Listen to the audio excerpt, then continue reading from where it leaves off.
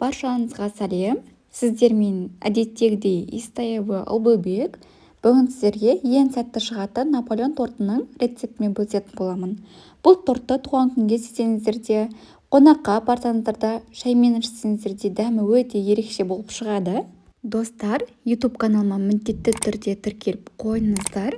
Мен сіздерден қолдау күтемін.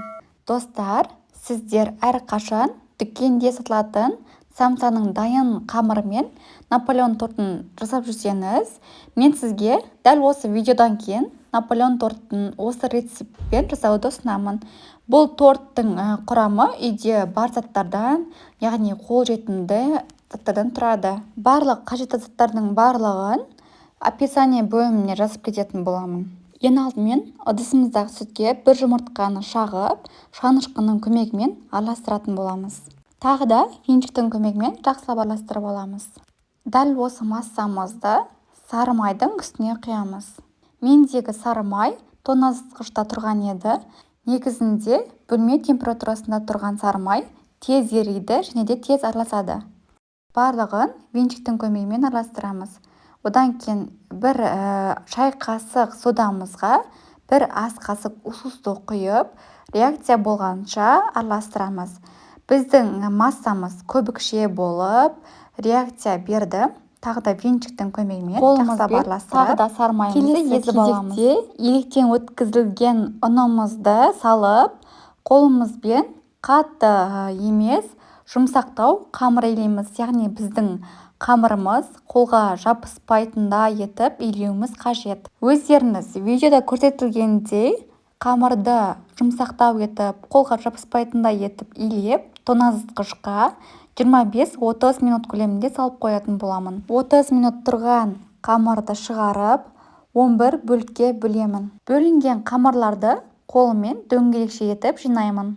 Дайын болған осындай қамырларымызды ыдысқа салып, бетін тағамның үстіне жабатын пленкамен жауып, тағы да 10-15 минутқа демалдырып қоямын. Осы қамырларды жұқалау етіп боқтаудың көмегімен кішкене ұн сеуіп жаятын боламын. Қамырымызды жайып болғаннан кейін печкамыздың табағына кішкене май құйып, немесе орнына пергамент қағазын жайып, дәл осы қамырымызды орналастырып, 26 сантиметрлік формадағы кольцомызбен басып, ортасын осындай шанышқымен тесетін боламыз. Егер де шанышқымен теспейтін болсаңыздар, ортасы піспей қалуы мүмкін. Печканың ең жоғарғы температурасымен 5-10 минут көлемінде осындай қамырларды пісіріп аламыз. Біздегі қамырлар дайын. Ендігі кезекте кольцомызға салып, қамырларды жинайтын боламыз. Жетінде артық қалған қамырларды бөлек алып қоямыз. Оны ұсақтап біздің Наполеон тортының шеттеріне сәндейтін боламыз. Достар, бетіне сәндігі үшін әртүрлі жемістерді қойсаңыздар да болады. Мен қатырылған шені қойдым. Негізі бұл Наполеон торты ерекше сәндікті қажет етпейді. Бізге ас болсын, достар.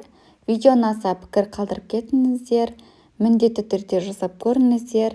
Айтқандай, достар, бұл Наполеон торты ерекше кремді қажет етпейді. Мен құр сгущенканы крем ретінде пайдаландым. Наполеон торты дайын болғаннан кейін 2 сағатқа тоңазытқышқа қойып қойыңыздар. Сол кезде дәмі одан сайын кіріп, тәтті болады. Достар, парақшама тіркеліп қойдым, ұмытпаңыздар.